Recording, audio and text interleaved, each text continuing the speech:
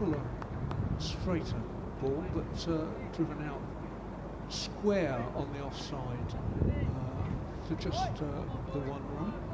Takes the Sussex squad to 74. Ajit Dale bowled for Hampshire on debut in that game down at Hove last year, and we haven't seen him in this competition.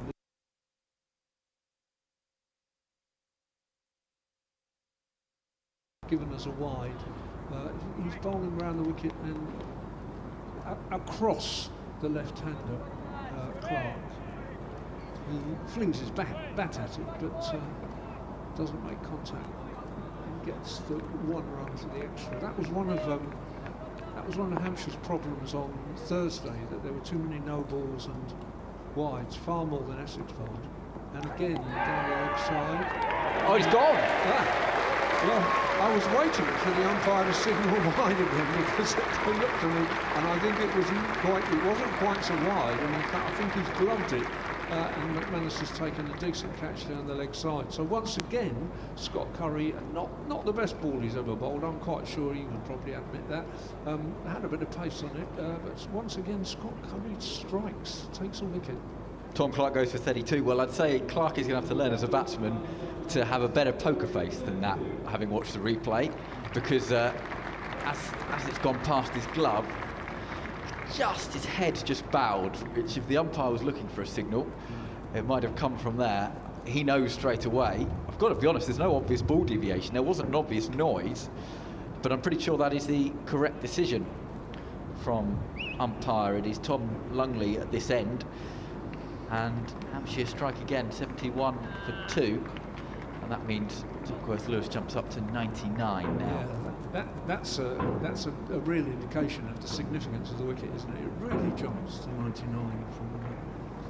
They were almost up at 71 for 1. They were almost up with the rate on Duckworth-Lewis. And take 1 wicket, get 1 top batsman out, and up it goes. There's a groundsman rushing on. I think with an implement for hammering down the bowler's footmarks. At this end, I think Scott Curry was scuffing at them in the first over, and I think he's not quite happy with the footmarks, which are... Initially, I thought Curry was just annoyed at himself for bowling a wide, but then when he kicked the ground, a huge amount of dust flew up, so a bit of work being done by the groundsman just to, I guess, try and flatten it out. I thought he had one of those implements for actually hammering it down, but in fact it's just sweeping the dust away, isn't it? Yeah. Doing it at the other end as well. Doing it with the wind, which is thoughtful, unless you're seated on the western side, in which you might get a dust storm in a moment or two. A bit like grapes of wrath for a moment there, John Steinbeck. Off he goes. Job done, we hope. Well, the groundsmen are sitting in a much more relaxed fashion than they were at points in the Hampshire innings, when they looked like they were about to jump on due to the threat of rain at any time. Travis Head in then, and you feel this is a pretty key partnership. Haynes and Head in at the moment. Curry bowls and just gives him a bit of width outside the off stump. It's cut away down to a wide third man, and he throws it back. They take a single, so Travis Head is off the mark. Yeah, I think these two, and I would imagine that Wiesel will be in next. I think a lot will depend on those three if they can build a total for Sussex, and if not, Hampshire will be in ascendancy. That's full pitch, driven through mid-off, 4 runs, very inviting delivery, and 4 more runs to Haynes, it goes up to 20 from 19. Well, it's not a great delivery, but I do hope the Haynes clan are still listening for shots like that, because that is a glorious shot from Tom Haynes, and he's just a bad ball. It's a sign of a batsman in good nick. When a bad ball comes to him, he just dispatches it with apparent ease. Kyle Abbott has a word with Scott Curry. That will be one of the good things for Scott Curry at the moment in the early stages of his career. And again, there's just too much width there, and it's smashed away on the offside. So Scott Curry just marches straight up to the other end at that point, and is obviously somewhat disappointed with himself. He's rather given things away after taking that wicket. I was going to suggest, however, that one of the good things is that at least he has Kyle Abbott stood next to him and offering him advice and encouragement and so on. And he needs to not get himself down about things like that, really. But it was a loose over, and he's now bowled 2 overs, 1 for 20. So, the irony being the one was not a particularly, not what you describe as a wicket-taking delivery. No, he's a bit fortunate to have a 1 for, really, because it's not been the best bowling so far. New over started by Fuller, and that is worked off the legs of Travis Head. And it'll be just 1 run. So it brings Haynes back on strike. He's got 24 from 20, so good strike rate from him so far. Duckworth Lewis at 100, Sussex 80 for 2, 329 is the target. We're in the 14th over. There's still a long way to go, but Sussex just slightly behind pace, but it's been a pretty positive first 13 overs from them. That's played back by Head, and the fielding done by Fuller off his own bowling. Sorry, it's Haynes on strike. 81 for 2. I wonder with the case of Curry whether it would be worth him trying to bowl over the wicket. I understand that it's a list A game, limited overs game, and he's trying to constrict the batsman somewhat, but he's not getting the line right. Maybe if he bowled over the wicket, he could just attack that off stump more effectively. Around the wicket, here comes Fuller, and Haynes makes good contact with that, but straight to short extra cover. And a ripple of applause for the fielding that was done in there for Hampshire. Was sharp from Gubbins, who's having a good day. You'd expect the ball to stick in the field to him after what we saw from him in the outfield. Don't forget, Hampshire back in action on Friday away at Radlett against Middlesex. Sussex play Thursday in their next game. As Haynes is bowled. That is the end of him playing across the line, and Fuller has got his first wicket for Hampshire. Looked in good nick, Haynes, but he just tried to pull across the line a ball that was hitting the top of off stump. The bails have been dislodged, and Haynes is heading back to the pavilion for quicker than a runner ball, 24, and Sussex are 81 for 3, chasing 329. Well, he won't like looking at that again, really. That was I mean, it was a 50 over game shot, but it was an ugly looking shot, to be honest with you. The sky is just looking a bit gloomier again now. I don't know whether we should worry about that, but Duckworth Lewis, of course, has sped on once again to 129. So Sussex at the moment at 81 for 3 are actually 48 runs short of any Duckworth Lewis target. And odd though it may seem, and we were talking about this earlier, Adrian, I think I mentioned it in particular, that odd that it may seem, 10 overs constitutes a game, so we have a game. So Sussex have got to keep going, got to keep up with the rate, but they've got to keep reminding themselves as well that they still will have to score 248 to win. It's quite a daunting task, but if there's a man who can do it, it's the man who last time they played here scored 171 for them, and very nearly took them to an improbable victory, David Beasley. Well, you're thinking now, if you're Hampshire, get these 2 out and the job is nearly done. You think that if Sussex are going to get home, it's going to take a big score and a big innings from these 2. And it's interesting that, well, for a start, we've got a right-hander at last, so they can bowl over the wicket. Interesting, though, that James Fuller is putting in a slip. Now, he's a fly slip. No, he's not. Okay, because the keeper's coming back now. So standing quite well back. Fuller does bowl pretty quick. Actually, he's one of the quicker, fast medium bowlers, but it's got a slip. Joe Weatherly. And he comes, David Wiese, first delivery. Fuller in, and Wiese cuts it away, and he's not going to get 4 because there's an excellent bit of fielding by Felix Organ down at third man, diving away to his right, just cleaning his studs after his work, but getting warm applause because he cuts that one off and saves a boundary.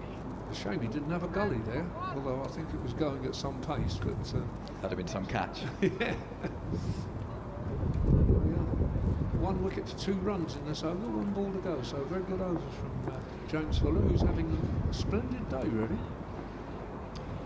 Fuller now coming round the wicket to Travis Head. Head plays that one short into the offside, and there is no run.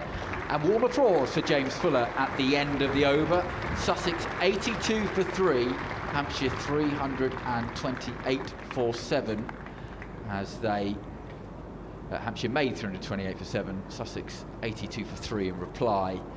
There's a lot of work to do. The required run rate is slipping up towards 7. Fuller picking up another wicket. Really, with this batting lineup, it's these 2 in that have got to do the damage. Now, interestingly, that Scott Curry took a wicket in the last over. We were saying he wasn't bowling very well. Kyle Abbott has just had a word with him and patted him on the back, but he's also taken him off. And probably just saying, don't worry about it, you know, you've got to get another chance. In fact, Ian Holland is coming on at this end. So Ian Holland, the slowest of the medium pace right arm bowlers, really. A very effective bowler, but had a very good season with the ball last season, but hasn't bowled much this year at all. He was the leading wicket taker in the Championship Hampshire last season. Hardly gets on this year with Abbott and the like. I just wondered if Curry might have got another over, given that it was a right-hander on strike to start. Yeah, there we are. Holland it is, in and bowls to Wiese, and just drives that away on the offside. It's intercepted, I think, by Govins in the cover, running in, and he throws it to Curry. So I'm sure Curry will come back, have another bowl. So he will know himself that he was not quite on the mark today. Here's Holland running away from us towards the Rod Bransgrove Pavilion, and that's played away square on the offside, fielded by Tom Prest at point. Back it comes. Now Prest is now sent out deeper. And he'll feel better about himself after getting a duck on Thursday, getting a few runs to his name earlier this morning. Quite nicely, didn't he? Yeah. Disappointed to get out. Probably cut one that was, tried to cut one that was too close. Holland in. It's slightly more leg side, and it's just played for a single out towards square leg. Through they come. 83 for 3. 15th over.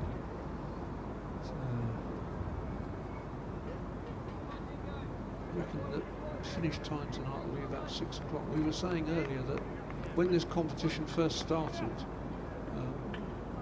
it was 65 overs a side. That would be 30 more overs than is planned to today. That would take us up to about midnight, the current over rates. But, Holland now round the wicket, bowls, and it's just pushed out fairly quickly there by Head. Of course, into the covers. For many years there was you didn't have the mid-innings break in the same way. There was your conventional lunch and tea. Yeah. That was a really odd thing when you think back on it now. You know, you'd be, I don't know, 40 overs into the first innings, and they'd come off for lunch, and then you'd go back out and start the next innings. Then there'd be a 10-minute break for change of innings. Then the next lot would start, and then there'd be tea. Yeah, it was. They couldn't quite think that through initially. That's a nice straight ball by Holland, just slightly short of the neck. These are on the back foot, just plays defensively up the middle. Yeah, I mean, over the years, these competitions have been adapted in all kinds of ways. And of course, until I think it was 1993, the cricketers all wore white, as if it was a test match. That was quite something. Here's Holland again. Bowls, that's very full. Wiese comes forward price, but it's to Abbott at mid-on with Fields, throws it to McManus, end of the over. Good over from Holland there, 1 over for 2 runs. Sussex can't. So when Sussex came out, I mean, it was the first power play. They came out all guns blazing, taking some risks. They can't really do that now. They've got to consolidate a bit, because 84 for 3, you can build a winning target, but 100 for 5, you probably can't. I think I'm right in saying the 92 World Cup was the first one played with coloured clothing, and that of course was in Australia. And you also have to factor in that in cricket's development, because the Australian cricket grounds are all also Australian rules football ground, they all had fantastic inbuilt floodlights. And I remember the early days of floodlight cricket in England, it very much being a case of win the toss and bat in the daylight, but gone are the days of a few trucks turning up with some lights on. I think Worcestershire, the only county now that don't have permanent floodlights, and you compare to how well lit a ground is at night compared to how it used to be. As Fuller starts his third over, and that's into Head, who works into the leg side. I think that's come off his pad. No, there must have been a bit of bat involved. No signal by the umpire. We played a T20 quarter-final. You were talking about our T20 quarter-finals. We played one there, didn't we, at Worcester a few years ago, and they had actually came off for bad light, and we won the game.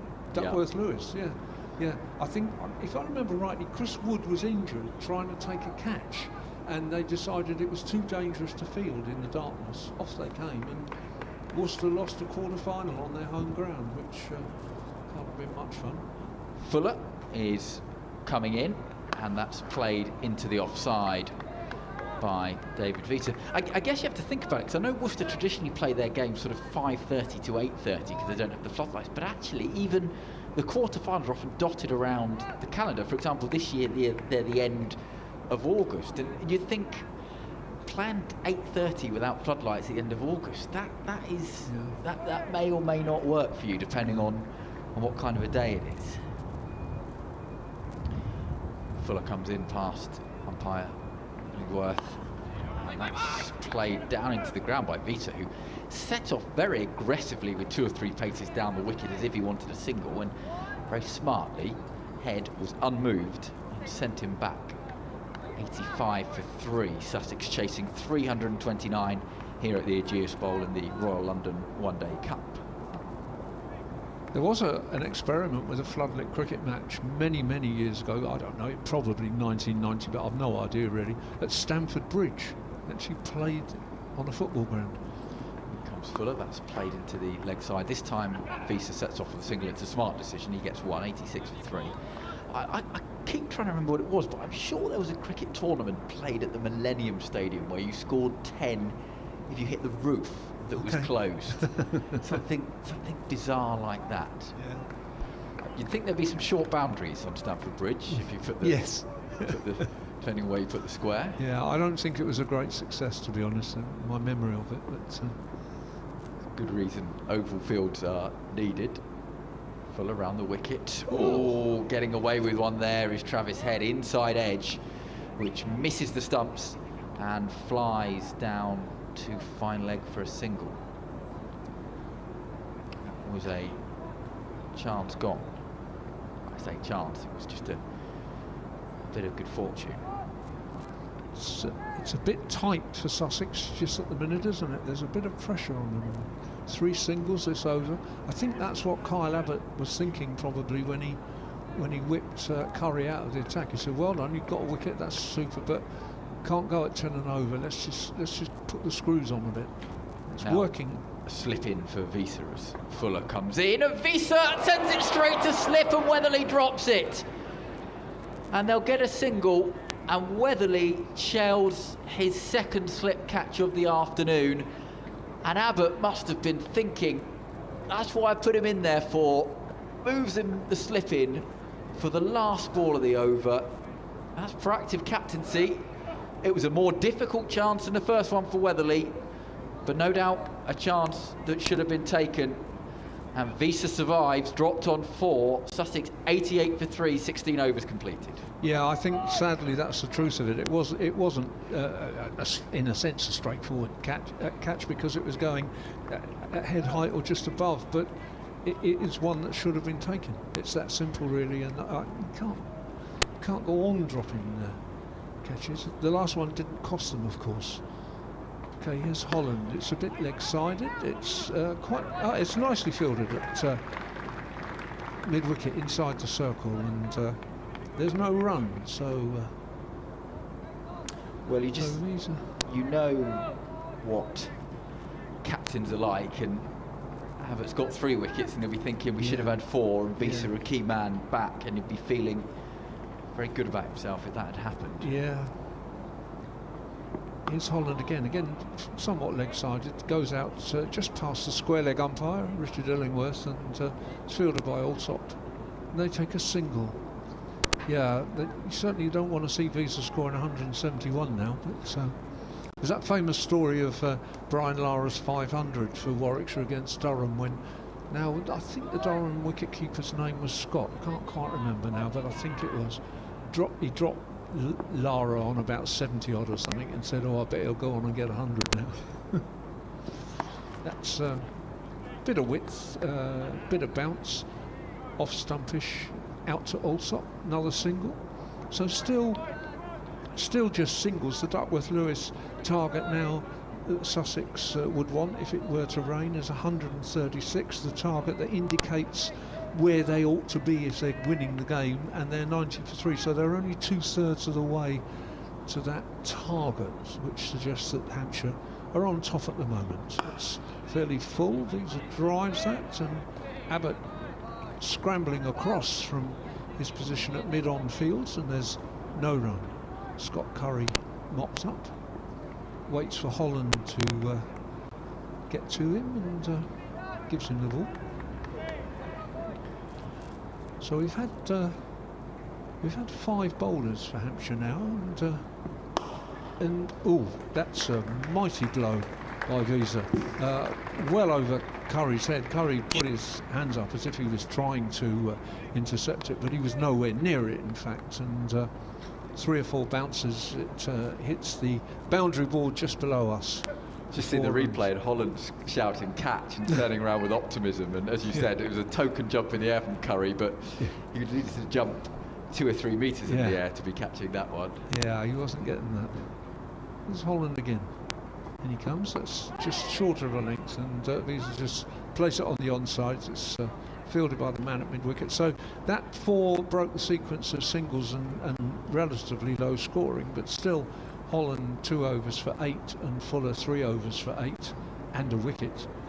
So 16 from 5 overs and a wicket, and there was a wicket just before that by Curry. Hampshire at the moment on top, and Sussex just trying to wrestle their way back into the game. That is the hope, and Fuller, who's bowled 3 overs, 1 for 8. Realistically, it's smart for Head and Visa to take some time to play themselves in, as Head, I think he's just got something on that to go past McManus down the leg side, and it must have come off the bat because 4 runs are indicated coming round the wicket there, and he's just flicked it off the pads, the faintest of touches taken away from 4. But if you work on the logic that Visa and Head are likely to have to do a lot of the lifting, then it's smart for them to be willing to take a little bit of time to play themselves in. As Fuller sets off away from the pavilion, running towards us and past the umpire and Visa to Head, and Head defends that one into the pitch. There is no run there. 98 for 3. The Sussex score, they require a further 231 in order to win this one and avoid starting this Royal London Cup with consecutive defeats. Just a confirmation. We were chatting about in the first innings. It is 3 from each group of 9 who will go through to the quarterfinals. I say quarterfinals, essentially, winner of each group goes through, has a home semi-final, and then second and third in the groups effectively play quarterfinals for the right to play them. As Head drops it at the leg side and sets for the run, Visa alert, and they get the score to bring Sussex to 99 for 3. I think it's right for both of these sides to aspire at this point to finish in the top 3 and go through. I don't think it would be a disaster looking at the relative strengths of the 2 sides. If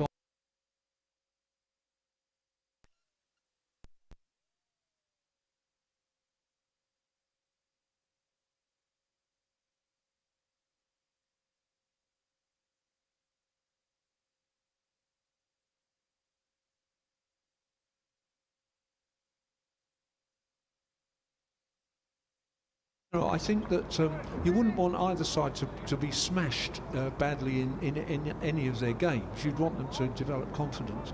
But I think both these two sides are probably going to come out at the end of this not qualifying for the final rounds, but hopefully being able to say, well, we've brought, we've tried out 6 or 7 players, and if only 2 or 3 of them have made a real progress, then that's a terrific achievement. Fuller to Visa, that's a nice looking straight drive, and they sprint up for a single, but he's cut off at mid-on. The other thing, I think I read Derbyshire had only got 1 player involved in the 100, so there are other sides elsewhere pretty much at full strength, and polite applause ripples around as Sussex reach 100. That's right. I think that's right. Talking of Derbyshire, Hampshire, there will be Hampshire fans who will remember a young man who didn't play much, but he did actually play at Hove last year in the first game of the truncated championship. Harry Kane. So that's played out to the square leg boundary from Visa. One more, 101 for 3, and that ends the 18th over. Yeah, Harry Kane. He played at Hove last year, and he played, I think, 3 other championship games maybe. But for whatever reason, Hampshire decided not to persevere with him, which I have to say I was a bit disappointed by. But there we are. They're paid to make the judgment. But he's gone to Derbyshire. He's got a contract with Derbyshire. He made 45 today for them. He's opening the batting for them in all the T20 and 50 over games, and he's getting a few runs here and there. So good luck to him. I hope he does well. Hampshire born, so ironically not with us. I think there's 1 Hampshire born player on the field today. I'm not sure if there are more than that. Joe Weatherly. Ian Holland bowling around the wicket. It's just clipped to mid-wicket, where Nick Gubbins is doing quite a lot of work and doing it pretty effectively on the whole, as he did with the bat. Throws the ball to Scott Curry at mid-on. And you say 1 Hampshire born, Ian Holland might be the player born furthest away from Hampshire. Yeah, I'd have to get my map out for that one. And a flash outside the off stump by Travis Head there, but it doesn't get a nick. It goes through to Lewis McManus. That was a bit quicker, that ball from Ian Holland. Yeah, we had a man who played, whose name has escaped me right now, in about 1920, who was believed for years and years to have been an American. He actually went off and played more for Glamorgan, in fact. Holland bowls, and again that's just flicked to Nick Gubbins at mid-wicket.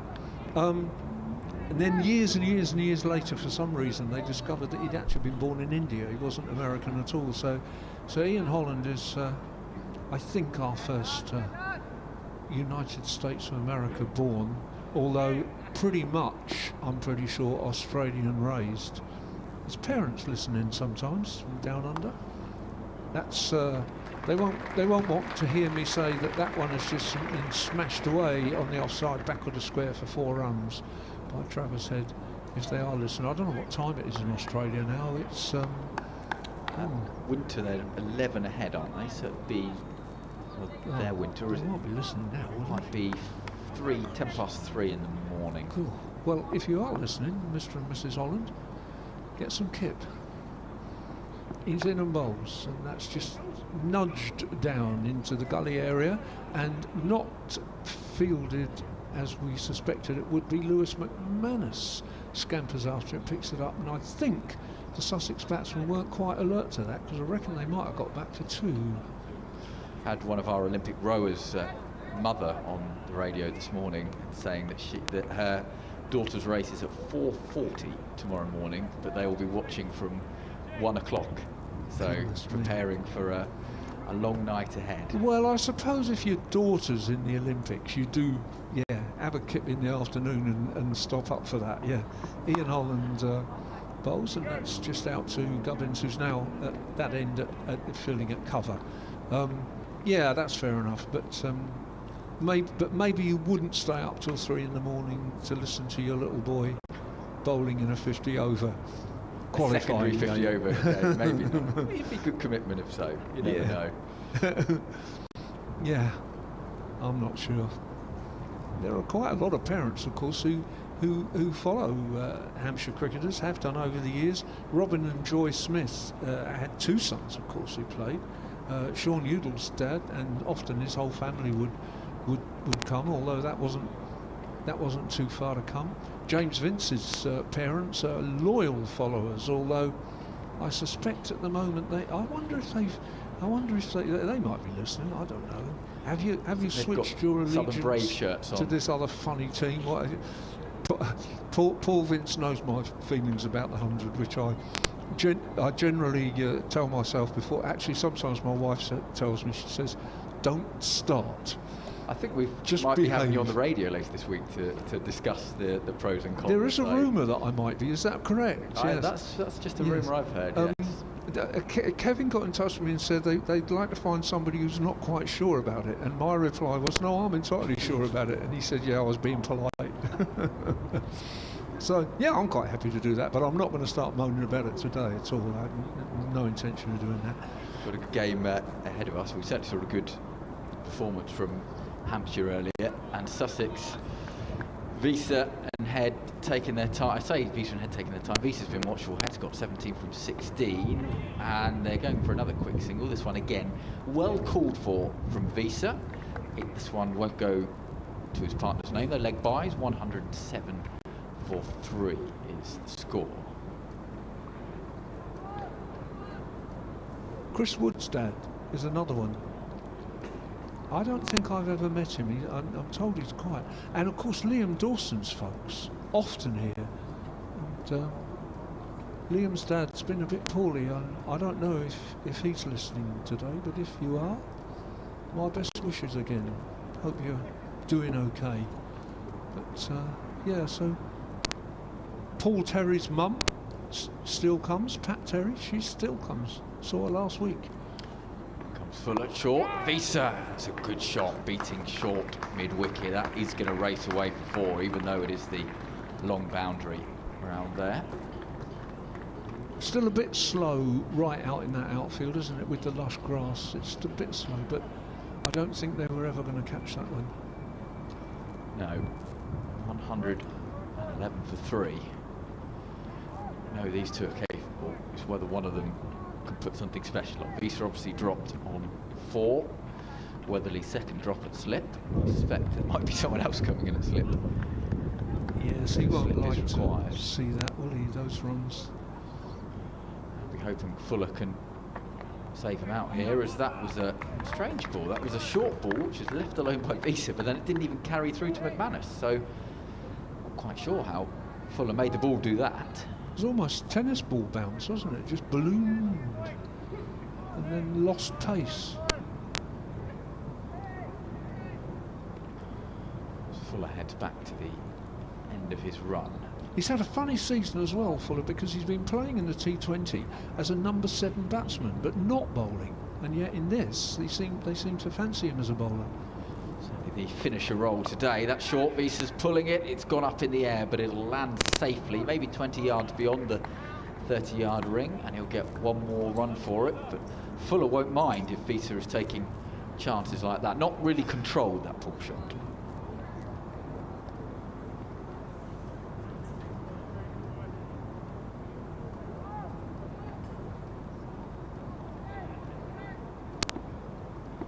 Back to the end of his run. Fuller goes 4.4 overs, 1 for 20 so far. Sets off once more to the left-handed Travis Head. Head pulls that one towards mid-wicket, where there'll be just the single. There's applause for the fielding coming around to the right. The fielders to move around once more again. And the umpire switches from square leg for the left-hander, square leg for the right-hander, having to break into a jog to get in position so Fuller can start this delivery and end the 20th over. Here he comes in. Sunshine, and the wind has really dropped here at the Ageas Bowl. Visa plays that behind, square on the offside, and third man sprints in. Just a single for Visa. That ends the 20th over. 114 for 3. Still another 215 needed for Sussex if they're to beat Hampshire, who made 328 for 7. You're listening to BBC Radio Solent and BBC Sussex Sport on what is now, dare I say it, a sunny Tuesday afternoon. I say dare I say it because there's black cloud moving in some direction, but we've had a charmed life for the weather so far. I'm not clear who it was that fielded that ball, because it's wearing number... Oh, okay. I was just going to say, he's wearing number 19, and I don't know who that is, but actually, having fielded that ball and thrown it in, he's now walked over the boundary, put on one of those green Viz waistcoat things, and is going off. So we must have missed the fact that a 12th man was on. 19 is Fletcher Middleton. Oh, is it? Okay, Fletcher. Whose dad, of course, was a very good opening bat at Hampshire some time ago. Ian Holland is in, and Visa simply picks that up. That's one of those shots that we saw quite a lot of on Thursday. There's some applause. I think it's slightly ungenerous of the Hampshire loyal followers there, that they're not that delighted to see Visa clear the boundary for 6, but effortless, wasn't it? Did, and yeah. that's one that's cleared the, if you know the Aegeus Bowl, you've got that concrete concourse area, square of the wicket on the side of the shame-worn stand, and it's cleared the seats, it's bounced on the concrete. As you can imagine, someone's had to go back and search for that ball. I think it's gone towards the concession stand. Have we got a ball returned? I'm still looking at the moment. I think the square leg umpires just, I think he wiped it in the grass and then did the you know, the cleaning, the sanitation cleaning, and it's on its way back to Holland. So Visa is looking ominous now from a Hampshire point of view, on 22 not out from 23 balls, and Holland bowls to him. This is a more circumspect shot. It's a quite brilliant piece of fielding by, I think it's Organ, out there at mid-wicket. Throws down the stump, picking it up first time, and just in. Travis Head just makes his ground. Crowd got excited for a moment. Just see if we're going to get a replay of that, It's because it looked pretty close, and you know, a direct hit, they're normally in trouble, but he's got through, he survived.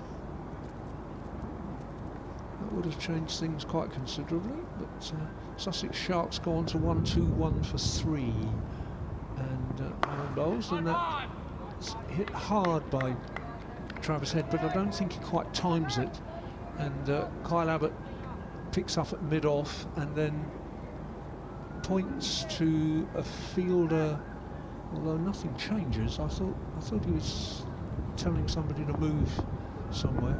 Holland quickly back to his mark and running in. I wonder if they're slightly conscious of the over rate here. I don't know. A heave there by Head, but he misses it, and Holland is bowling round the wicket, so it's missed the off stump, but by the time McManus takes it, he's in line with somewhere just outside the leg stump, so it's clearly at least at an angle. We're not actually behind the wickets here, so it's easier to see what's happening by watching it on the live stream, to be honest, but I think it might have swung in a little, and Holland is in again, and this time Head does connect, and Curry does very well sprawling to stop it with his left hand, get up, pick it up with his right hand and get it in, so just a single.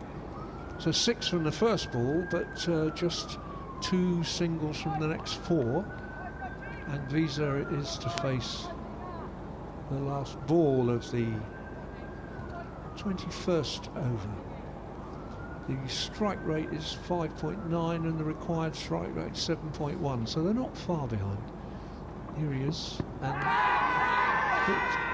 well, Holland certainly fancied that. I think McManus did slightly. Visa was on the move and trying to heave it again over the leg side boundary. The trouble is that the umpire didn't fancy it. Or if you're a Sussex fan, it's not a trouble at all. You'd be very pleased to know that. Just had a look at the replay. The camera's not the perfect angle, but from the angle I was looking at it from, that looked very close. It really did. You can see why Holland and McManus were so excited, but they get away with that one. David Visa, he's still there, 23, and he's now accelerated to 23 of 25, so strike rate of 92. 122 for 3.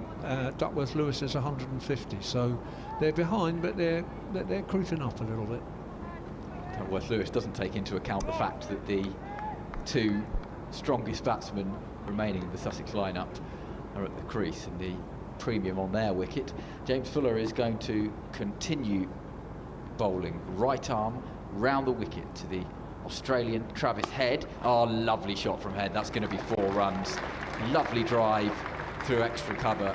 Dispatch that over pitch delivery. And that's going to be 4 more.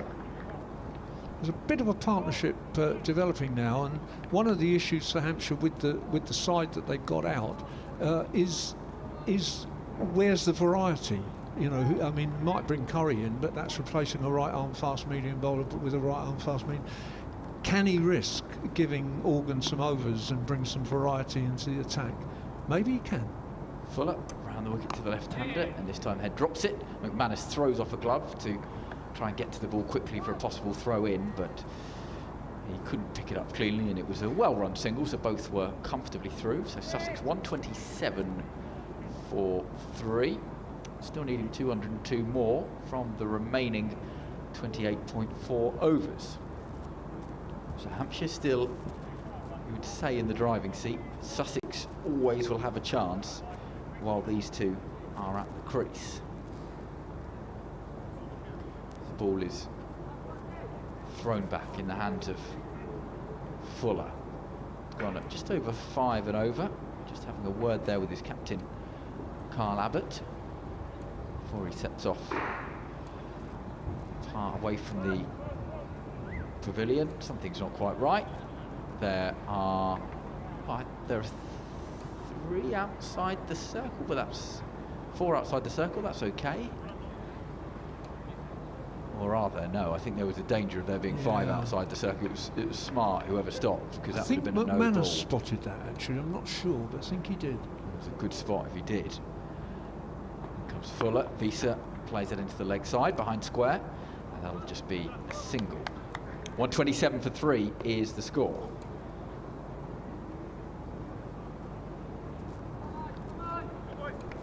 Fuller in his 6th over. Still coming round the wicket to Travis Head. Both batsmen on 24. Visa off 26 and Head off 23, so they're going well. Round the wicket once more to Head, and another lovely shot through extra cover. Not quite as aesthetically pleasing as the one earlier in the over, but just as effective, and finding the gap beautifully between the fielders. Slightly more clubbed than gliding through, but 4 runs nonetheless, and a 50 partnership up between Travis Head and David Visa, and that drop from Joe Weatherly looking more painful for the Hampshire batsmen as we go.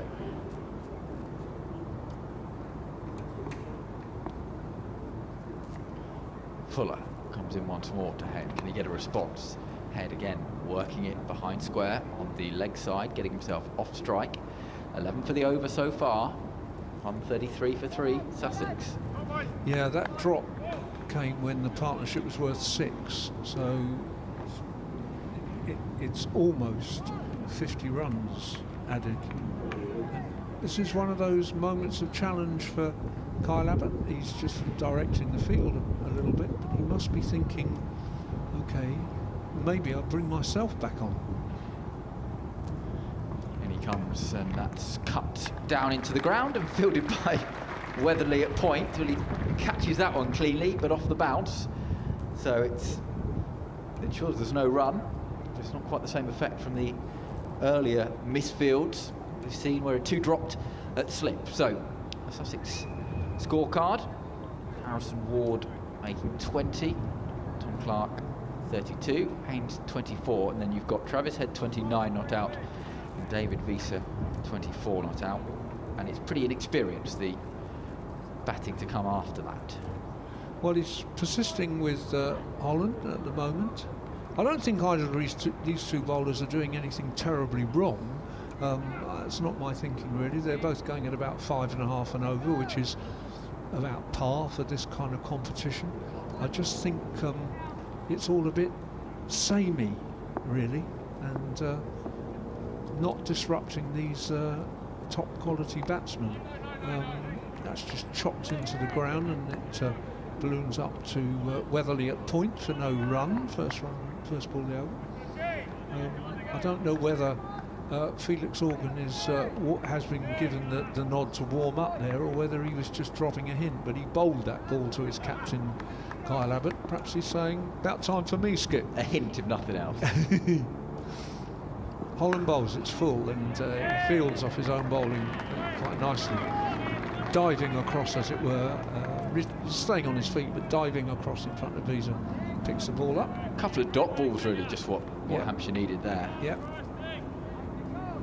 Yeah, Sussex have to keep pushing towards the rate, but they're only 21 below the Duckworth-Lewis target now, and that can be made up quite quickly in a decent over. That's just flicked off his hip, really, out to deep square leg, and hurled in by Tom Prest, who there's a feature on him in the current edition of the cricket paper.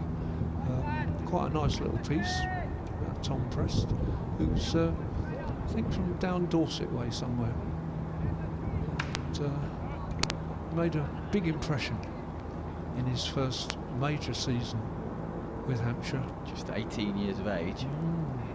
Been an academy player previously, but it was a 300 for the second 11 that astonished people, and he's gone on from there. Holland over the wicket. Big shout for LBW and given not out, although I'm not sure. I say a big shout, I'm not sure it was a big shout from the wicket-keeper. Just going to see if we get a replay of that one on the picture feed. Not quite as emphatic a appeal as we saw a moment or so ago. Probably a bigger shout. Doesn't look like we will, actually. Still, 1 run from 4 balls in this over as Holland bowls again, and Visa just gives himself room there to hit that away square on the offside. Again, out to Press, who returns it, and again just the single. Travis Head to face. Don't know if Travis Head is the last of the left-handers for Sussex. I suspect Hampshire won't mind terribly seeing the back of them, although again, or if Organ were to bowl, off spinners often like bowling at left-handers because they're turning the ball away from, naturally turning the ball away from the bat. Holland again chops that into the ground this time. Travis Head goes to Weatherly, and a good over. 2 runs from that over. The crowd appreciates that. 6 overs, 0 for 23 from Holland. 6 overs, 1 for 33 from Fuller. So perhaps Kyle Abbott feels these two are giving him a bit of a hold, although actually, having said that, it now looks to me as if we're going to see Organ bowling from the far end. Yep, the change likely to come in now, and you felt in many ways it had to come at some point, because you'll have to search back through your scorecards to find 50 overs of right arm medium to fast pace. Felix Organ is going to come on from the pavilion end to bowl his off spin towards David Visa. It's a bit like the very old days of limited overs cricket when it first came in, and people didn't believe that you could bowl spin very often, but actually it was often very effective. So the best figures ever for Hampshire in a limited overs game of any sort are by Peter Sainsbury. He took 7 for something, I can't remember what, 7 for not many, 30 perhaps. The most famous in some ways, Brian Langford of Somerset, once in a Sunday League game, had figures of 8 overs, 8 maidens, 0 for 0. You'd settle for that sometimes. Yeah. Organ coming in with a new over. He hits Visa on the pad, but I think that is probably pitching outside his leg stump, and that's why you're never going to get that one. Can't be out LBW pitching out. I don't think it's hitting the stumps anyway, but it's definitely pitching outside leg stump. Here he comes into Visa once more, and this time he just runs it past the wicket keeper. It's going to be fielded at short fine leg and gathered by Lewis McManus when thrown in. So 135 for 3, and at least Organ just giving something for Visa and Head to think about, something different. 25 to Visa, 30 for Head. And Organ changes his field round for the left-hander. There's a long off, deep cover, backwards square leg and a deep mid-wicket as well. So plenty of protection, if you can call it that, for that very short boundary. Certainly trying to remove the incentive to hit through it. And nice shot from head, straight back past Organ for a signal up towards the long off. And that means the field has to change round once more. 137 for 3. Interesting that he's chosen to bowl round the wicket, as Travis Head himself did, to both right and left-handers. It's still round the wicket now to the right-hander. Comes Organ, and that's played into the leg side. Not a convincing shot from Visa, but he'll get himself another run to his name. So McManus gathers the ball. Hampshire in the driving seat, you would say, having scored 328 for 7 earlier today, thanks to Nick Gubbins' 131 not out. But the two key Sussex players are in at the moment, that is South African David Visa and Australian Travis Head. They've already put on 50 between them, and you feel that if Sussex are going to get to this high target, it's going to be because of these two. David Visa was dropped at slip on 4 by Joe Weatherly, his second drop of the day. You wonder how costly that could be. Hampshire still in a good position, but with plenty of work to do. Live ball-by-ball commentary from the Ageas Bowl continues via the BBC Sport website and app. That ends the over, the end of the 24th over. So Sussex 139 for 3. I'm going to be stepping out of the commentary box in a moment. Leave you with Adrian and Dave. Just approaching the halfway mark in the innings now. This is 25th over coming. It's a bit gloomier again now, just to keep you up to date with the weather. That just changes all the time. The only thing that's not changing is the absence of precipitation, which is really rather fine, I think. The Ageas Bowl has something of a reputation for being a bit damper than a lot of the places in the immediate surrounding area. Certainly more than Portsmouth. I can go home to Portsmouth quite often and say, well, we had rain today and my wife's been in the garden all day. But today we've been really lucky with it. It's been the Sun Bowl today as opposed to the Rain Bowl. But, I don't know why. Someone with better meteorological understanding than me will be able to tell you why the Hedge End area gets so much rain, but it just always does seem to. It does seem to, yeah. Ian Holland's bowling round the wicket to Travis Head. Bowls, it's full, it's miles up in the air. There's a possibility that Abbott's going to get under it, but he doesn't. He does reach out for it, but he's about a foot short, really, as he dives. And round of applause for the honest attempt there. But whether a more fleet-footed younger man might have got there, I don't know. Somebody with longer arms as well, but doesn't quite get there. But it was a false shot, and we'll give a little bit of encouragement to Ian Holland. Moral victory for him now. So Visa with a man out on the mid-wicket boundary now as Holland bowls, but he pushes him onto the back foot, and it's well fielded by Nick Gubbins, who's still having a good day, and no run. So 1 run from 2 balls, keeping it tight. But Visa on 26 off 33 now. It's going to take something quite special for Abbott to get round. As he said, it was a valiant effort. I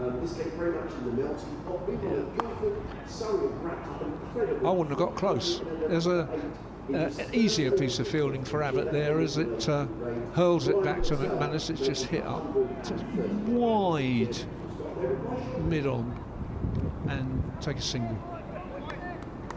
So it's 141 for 3. Duckworth Lewis is 161. Current scoring rate 5.8. Holland in, bowls to Head, and Head drives to long on. Scott Curry is in and fields. And he hurls that ball back to Lewis McManus, and that little dark patch seems to have just about gone now. We're getting like a stuck record, aren't we? That we think it's going to rain and it hasn't quite, but we've certainly happy to be wrong so far. We are. Yeah, there are shadows on the ground now from the players, which is always particularly encouraging. And here's Holland over the wicket to Visa. And Visa drives hard and it's gone. Oh, astonishing, absolutely astonishing catch. I thought for a moment Scott Curry had mid-on, around the circle. I thought for a moment that he'd done very well to dive and stop it, but he didn't dive and stop it. He was diving and catching the ball inches off the ground. Absolutely superb catch, and maybe the key moment in the game. I tell you what, Joe Weatherly owes him a beer. Joe Weatherly is going to be a very relieved man that Wiese's only punished them to the tune of 23 runs without 23 runs following the drop.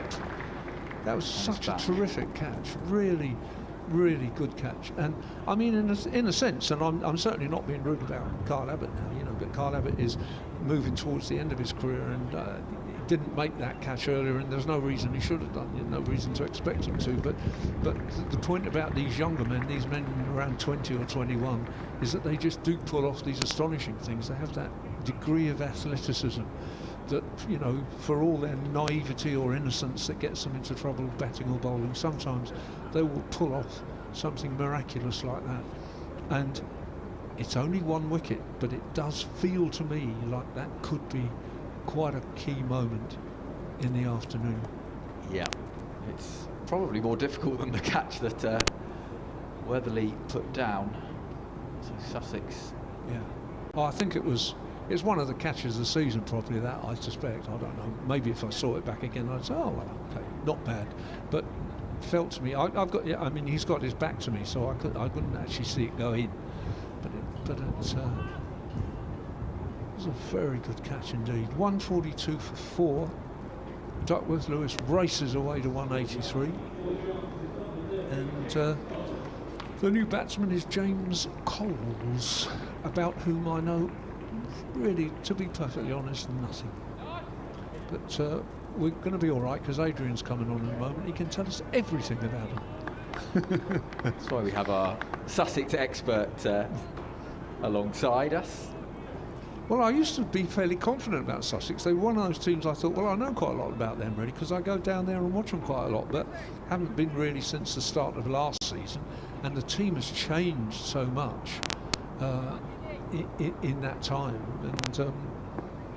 and indeed the coaching staff and the whole regime. So there's lots of people, and some of these people are not even in the Playfair annual.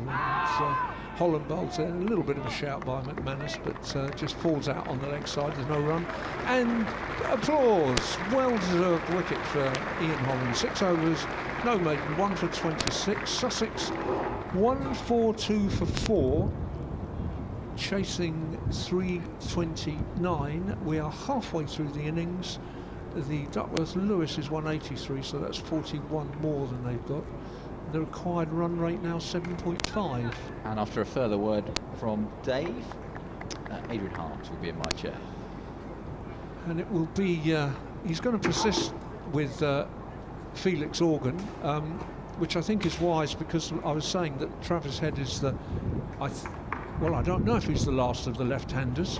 Sounds like a movie title, really, doesn't it? But Travis Head drives that one up to mid-on, and we can check with Adrian if he. I know that their top 4 were all left-handers, I think. Is that right? Yeah, they are. But I think in terms of Sussex getting anywhere near this total, Travis Head is absolutely key now for Sussex. He and David Wiese, the experienced pair. I think all the time Travis Head is there for Sussex, there is hope, because these young batsmen can all play. The first, James Coles, just 17 years of age. And he's facing Felix Organ, who comes in from the pavilion end, and Coles just places quietly into the offside, and there is no run. And this will be a good test for Travis Head as well, guiding these young players. James Coles is just 17, generally Prim. I think he'll be next, is just 16, as in comes Organ and bowls, and Coles works this down towards third man, picks up a single to the edge of the 30-yard circle, so Coles is on his way. Sussex Sharks to 144 for 4, needing to score at 7.6 and over. But we saw in the game up at Lancashire last week that, you know, if you're in touch with 10 overs to go, you've always got a shout in these games, as Organ is in and bowls, and Head drives through the offside. He'll take one to the sweeper on the cover boundary, who is Curry, gets in the throw. One more to the total. Head goes to 35 off of 35.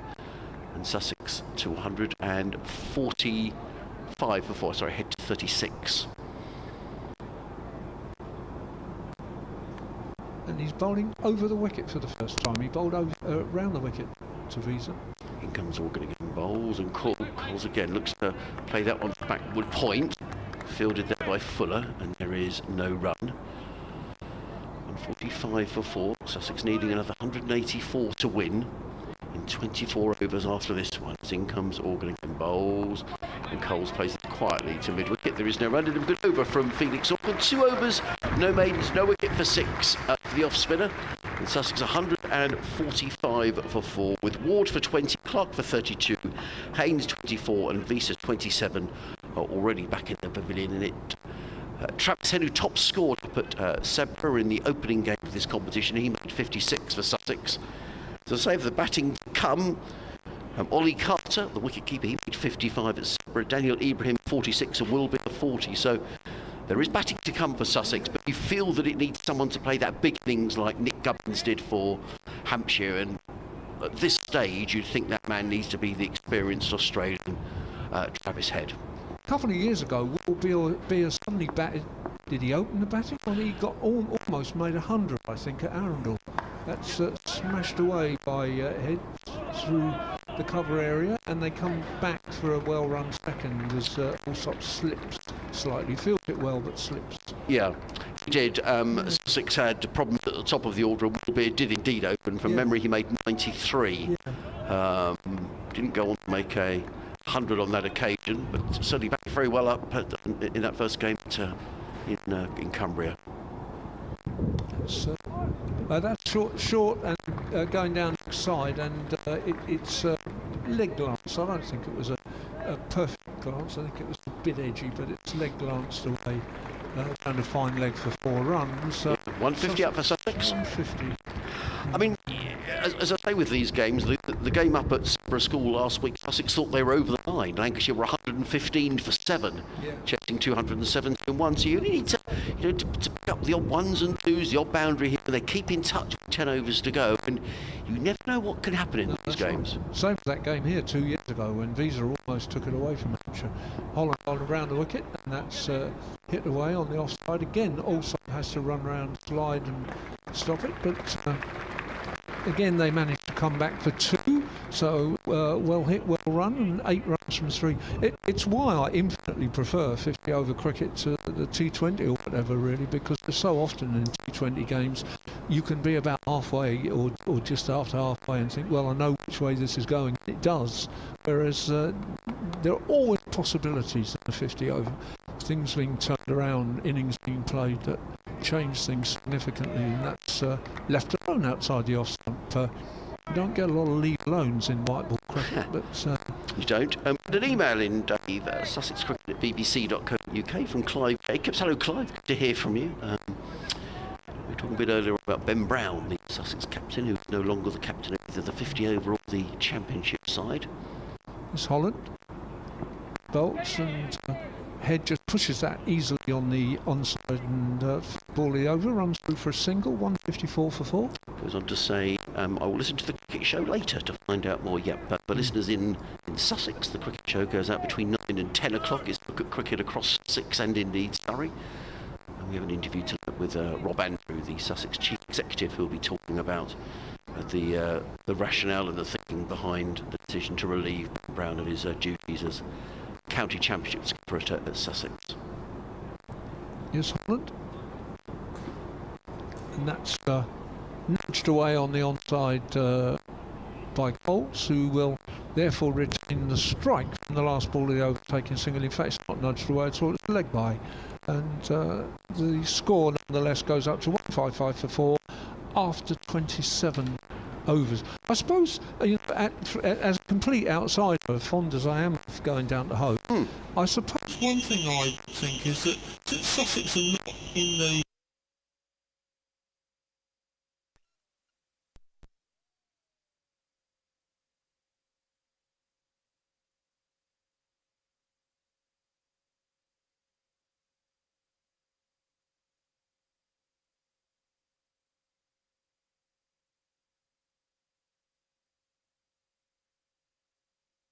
He was very keen to stay on.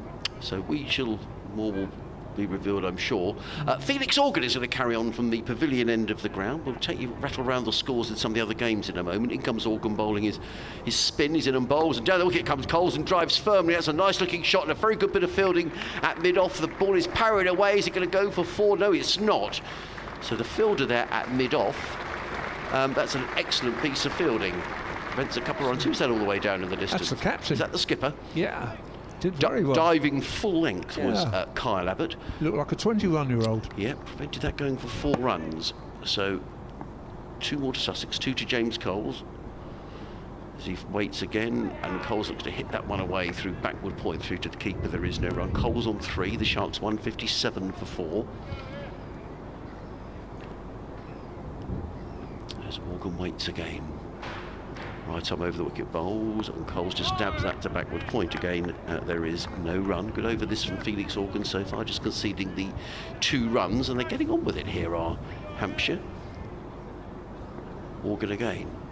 Back to his mark, bowls, and Coles just plays that quietly to square leg. And he's running between deliveries here with Felix Organ. That's not the first time we've seen that today by the Hampshire bowlers, and I think they're just a bit conscious of the over rate. Yeah. Organ again.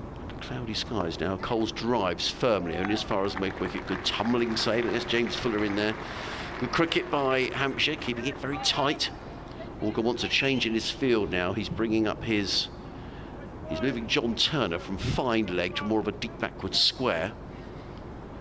And Organ in again, bowls, and Coles just plays solidly forward, plays back to the bowler. There is no run, just there were 2 runs coming off the over. Sussex 157 for 4, Coles on 3, Head on 45. Sussex needing another 172 to win in 22 overs at a rate of 7.8 and over. Just briefly elsewhere in this group, Gloucestershire against Worcestershire. Worcestershire 228 for 7, but it's been raining in the West Country for a while, and a further inspection at 5:15.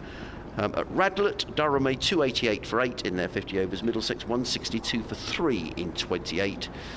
And one other notable score at Guildford, the game between Surrey and Notts reduced to 30 overs aside. In those 30 overs, Surrey made 311 for 8 in 30 overs. Quite That's Guildford for you. Ryan Patel is not a big ground. Ryan Patel making 131 in no time at all, and Notts are 11 without loss in the second over. So if you're at Guildford today, that's the place to go for plenty of runs. There's a river runs alongside the ground in Guildford. I wonder how many balls ended up in the river today. We've got spin from both ends. Yeah, I think it's been Gubbins. Yeah. Well, he took 0 for 15 in the first game, and that was the first time he'd ever bowled in a list A match in about 10 years of playing. First ball is just played out on the onside. I remember Surrey's Ali Brown. I think he scored a double century against us in the list A game at Guildford many years ago, of course. That's a sharp single, partly because Travis had hesitated. He was being called there by it was Coles' job to call him through, and I think it was a late call from James Coles, and therefore Travis Head was a little late setting off. That wouldn't have been his fault had he been run out, and it was just it was tight, but I don't think it was the best call from James Coles. There's some changes in the field for the Gubbins to bowl to the right-hander. He's got 3 mid-offs at the minute, although one of them is the bowler. They're all chattering away and pointing. He's got a long on, then he's got a mid-on inside the circle. He's wandering about. He's got a man at almost a sort of leg gully on the edge of the circle, and a man at gully on the edge of the circle. Then a man at backward point almost on the edge of the circle, people drifting about. The man at mid-on has gone out to the boundary now. So there's a circle of 4 on the offside. That's the best way to conceive that, really, all inside the ring. 2 men out on the boundary on the leg side. And there are easy singles to be had, pushing the ball gently on the onside, which is precisely what Coles did at that moment, and a single he takes. Sussex will be mindful with these 21 overs left after this that Kyle Abbott has still got 5 up his sleeve. Yeah. Gubbins bowls and onto the back foot. Goes Head, plays it out to cover. Man, extra cover really. There's a man He's about 10 yards inside the circle when he fields it, and there's no run. Gubbins gives that lots of air, and it's driven up to the captain, who fields it at mid-off, and they take a single. So it's 160 for 4. Abbott claps his hands, encourages them. The ball's played away towards square leg. Again, it's one of those gentle nudges that means that the fielders out have to run in, and they take a single easily enough. But only 4 from the over. Gubbins 1 over 0 for 4. Organ 3 overs 0 for 8. So 4 overs from 2 spinners for 12 runs. That will keep Hampshire happy, I think. Yeah, I mean, Sussex will be thinking here the required run rate is exactly 8 and over. They need 168 to win in 21 overs. So I think with that relatively short boundary, Sussex will still feel they're in with a shout here. What they can't probably afford to do is to lose a wicket now. And as I've said right from the beginning, it needed either Head or Visa to play a big knock. So a lot depending here on Travis Head. As in comes Felix Organ, comes running into bowl to Coles, who's solidly forward, plays with soft hands down the offside, and there is no run. He's faced 14 deliveries, James Cole, 15 deliveries for his 5 runs. Organ again, in and bowls, and Cole's down the wicket driving, and that's a lovely shot. Used his feet and just drilled the ball. He picked his moment. That's a nice shot by James Coles. A little bit too much air from Organ, and Coles was down the wicket and driving. It's such a short boundary on that offside. Once the ball had beaten mid off, it just sped away to the boundary. So, a couple of those and over, and it keeps Sussex more than in the hunt, or a boundary and 3 or 4 singles. He's going back round the wicket as a consequence of that. Organ again, floodlights on bowls, and Coles just nudges that back on the leg side. He was looking for a single, but it was never there. It was straight to the fielder. I think it's Preston. There is no run. 165 for 4. Coles on 9. Organ in again, and this time it's short, pulled away, and that's just going to be a single fielder, well, a misfield actually by Turner, just down in front of us at deep backward square. Coles will feel he missed out then. That was a short delivery from Organ. He was looking to pull that away on the leg side, but he pulled it straight to the fielder at deep backward square. Nonetheless, he goes to double figures. He's on 10. The Sharks to 166 for 4.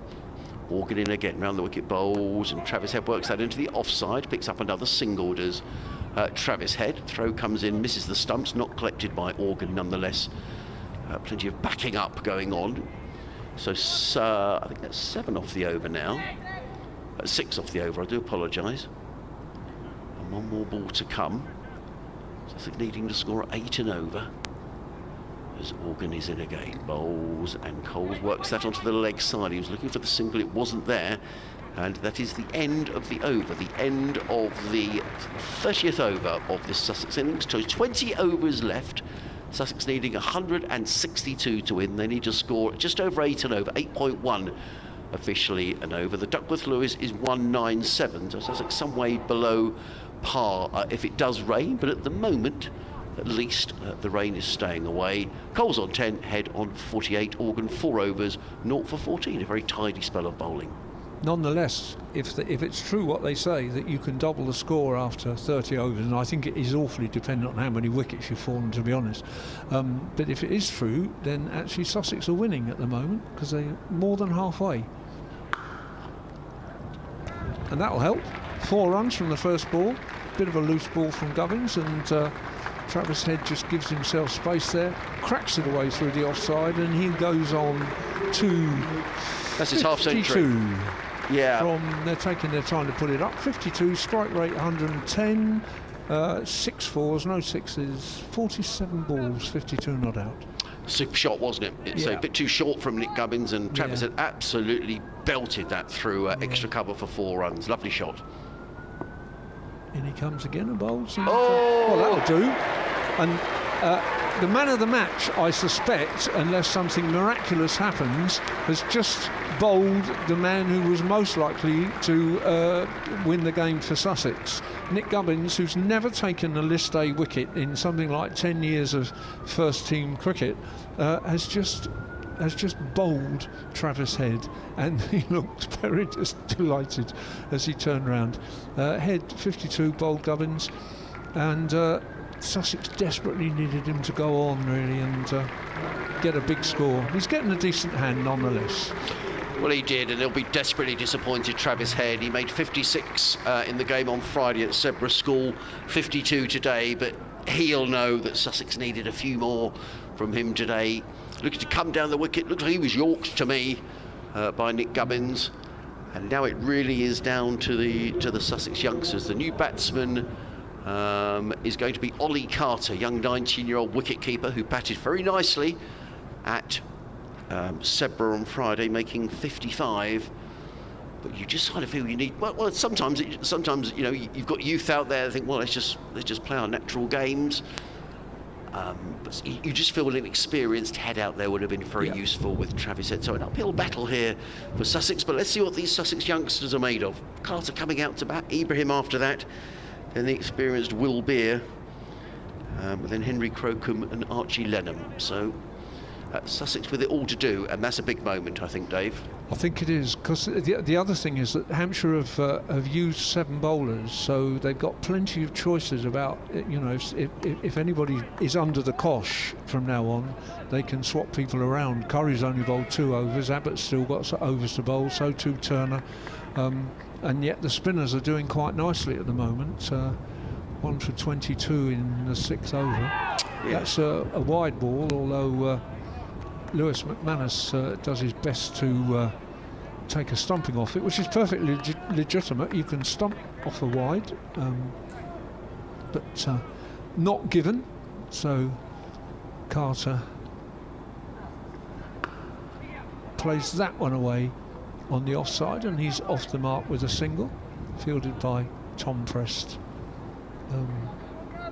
Had it been stumped off a wide, he would have been out without facing any balls, because they always record how many balls you've faced, and if it's an extra, it doesn't count against you. So at the minute it shows Carter 1 off 1, whether he's actually faced 2 balls, but the wide doesn't count. So you get stumped off the first ball and it's a wide, you go in, out for naught, off no balls. That's outside the off stump, and Coles has a bit of a swipe at it. McManus takes it quite cleanly, and there's no run. So next ball is played square, and Prest hurtling round the offside boundary, picks up and throws in, and again it's just the 1 run. So a 4 from the first ball and a wide, but also 1.1 in this over, and that's driven to cover, short cover, fielded by James Fuller. No run, and applause for Nick Gubbins, who's followed up his 131. That was incidentally Nick Gubbins' 131 was a highest score ever for Hampshire against Sussex in a what's called, these games are called List A, limited overs games. A List A game is any game between the 40 over Sunday League and the old original 65 over Gillette Cup. Any of those games, Benson Hedges Cup, National League and so on. So 174 for 5. It is going to be Felix Organ, who's going to carry on to bowl to the right-handed James Coles, who's 11 not out. Heavy cloud now above the Aegeus Bowl, floodlights on. And here comes Organ running in around the wicket to bowl to Coles, and Coles nudges that down towards fine leg. They've taken 1. There should be 2 here if Coles gets a move on. Well, there was 2 there, but in the end they settled for the single, and they have been signalled as wides. So there'll be an extra ball. Had an email in from Jack Fletcher Price. Hello, Jack. Thank you for listening. Regarding Ollie Carter. He says, "Hi Adrian, all of us at Eastbourne Cricket Club are so proud of what Ollie Carter has achieved despite all the obstacles in his way." I'll read more of that email in a minute, but thank you so much for getting in touch, Jack. As in comes Organ again, bowls, and Carter is forward, plays quietly straight back down the track. There is no run. I'll finish that email at the end of the over to give it its so I can read in full, because Organ does nip through his overs very quickly. He's in again, bowls and reverse. Little sweep by Carter. He's very quick between the wickets. He's taken 1 and he's going to come back for the second. And that's really good running by Ollie Carter. And that was very much a feature of the Hampshire innings, particularly Nick Gubbins, who ran very hard between the wickets. And the moment that Ollie Carter played that little sweep, he was off for 2. He goes to 3, 178 for 5. Organ again on his way, bowls, and Carter thumps that back to the bowler. Organ fields off his own bowling, and there is no run. Sussex needing to score at 8.2 and over, needing another 151 to win. 32 overs remaining, 18 overs remaining after this one, and that's down the leg side. They're going to be more wide. The ball's going to run away towards the boundary. It's going to cross the rope now, and that will, I think, be signalled. But it's been signalled as 4 byes. They were runs, were they? Okay. So it's got a little nick on that, Ollie Carter, and indeed Dave's right, he goes to 7, the total to 182 for 5, so a productive over so far for Sussex. Ollie Carter to 7 off 6 deliveries, and he's waiting again as Organ is in and bowls. Carter drives firmly into the covers, a good sprawling save in there by, who's that? Is it James Fuller? Good stop, it was hit firmly by Carter. In comes Organ again, bowls, and driven again firmly by Carter to long off, fielded by the skipper Abbott. 1 more to the total. Ollie Carter goes to 8, and at the end of the over, Sussex are 183 for 5, needing another 146 to win in 18 overs at a rate of 8.1 and over. So just to read your email, Jackie says, all of us at Eastbourne Cricket Club are so proud of what Ollie Carter has achieved despite all the obstacles in his way. Master of cricket at Eastbourne College and Kent spinner Rob Furley created such an inclusive and diverse environment where Ollie could thrive, a real testament to schoolboy cricket. Seeing Ollie stride out with pride gives the whole community confidence to keep being themselves. Enjoying the commentary as usual. Thanks so much, Jack. Great to hear from you. I remember something about Rob Furley as Gubbins bowls again, and that's only half stopped in the covers. Could be 2 here. They come through for 1. When I say I remember something about Rob Furley, what I mean is his name. I think he played for Kent, didn't he? But his name rings a bell. But Ex-Kent spinner. Yep. Yeah, I can't think what it is that I remember about him. So never mind. Gubbins bowls. That's played out on the onside, and they just trot through for a single there to Coles. Coles on to 12, Carter on 9 will face. The score is 185 for 5 now. The Duckworth Lewis, if that does indicate, is 222, and it's a bit of an under edge there from Carter. He tries to hit that out on the onside, and so again just comes through for a single. But I think if Sussex can keep up picking up the 1s and 2s here, as I say, if they could get to 10 overs to go and they're still in the hunt. Yeah, absolutely. They've still got wickets, so let's just push forward defensively on the offside, and there's no run. I think from Hampshire's point of view, Gubbins' performance with the ball is a bonus, however many overs he might bowl. He's now pushed his long on back, and that's just played nonetheless backward of square on the leg side, and there's a fielder there who throws it in, and in the modern fashion he hurls it at the ground and it bounces at the wicketkeeper. The attempt there is to soften the ball and make it harder to hit successfully.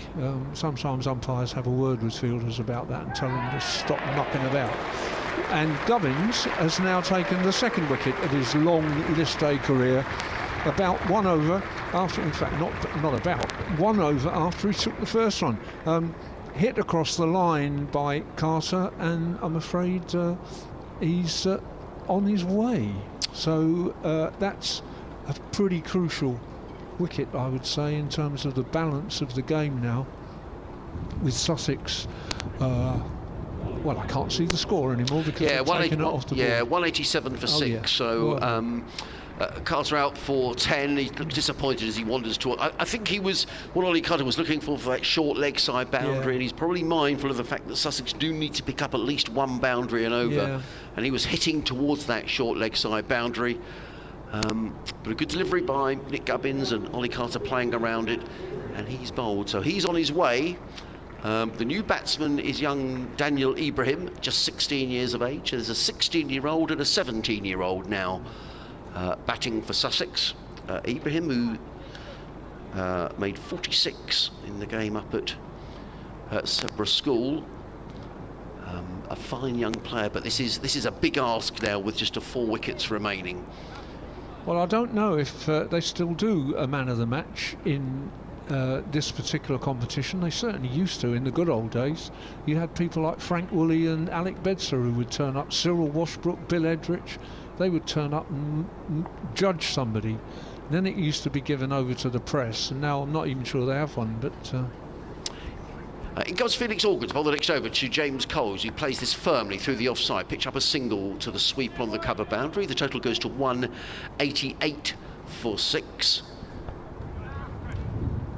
Coles goes to 14, and it brings young Dan Ibrahim on strike. Not 17 until August. But a fine young prospect. Sussex now needing to score 8.4 and over as Organ is in again and bowls, and Ibrahim just plays that back to the square on the leg side. Fielded there by Prest, and there is no run. 141 to win in 17 overs after this one, as in comes Organ again and bowls, and Ibrahim is forward and plays quietly through the covers, picks out the sweeper on the leg side boundary, fielded up there by Tom Alsop. Ibrahim is on his way. Sussex to 189 for 6. 140 to win.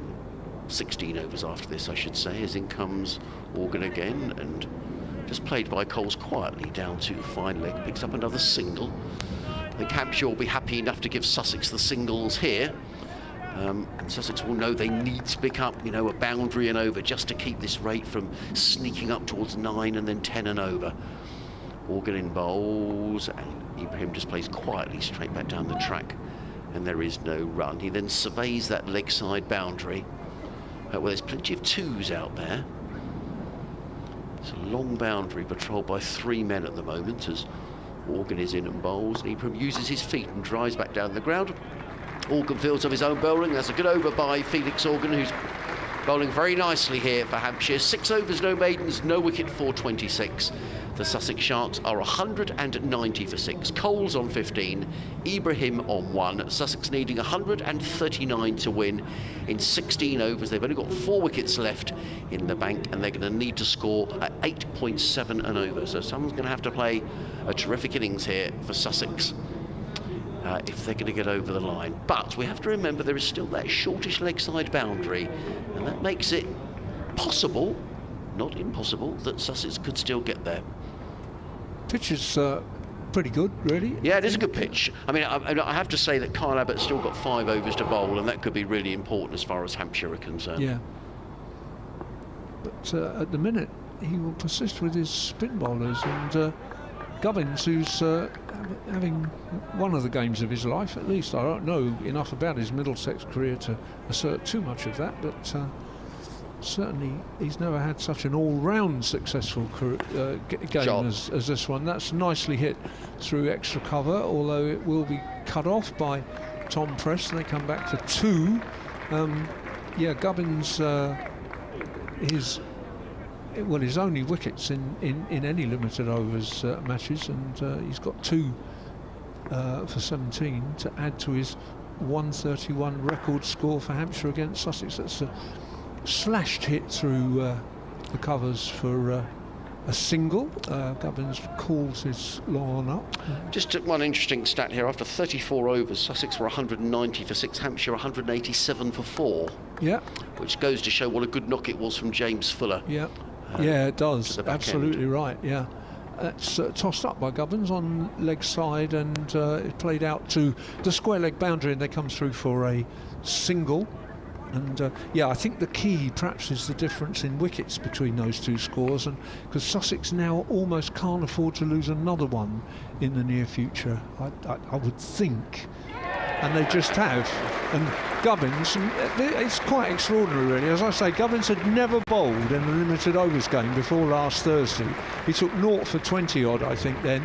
He's now got 3 for 19, and Coles also having a heave on the leg side, and perhaps a little bit of the naivety that one can reasonably expect from a young batsman gets out just at the point where Sussex didn't want him to get out.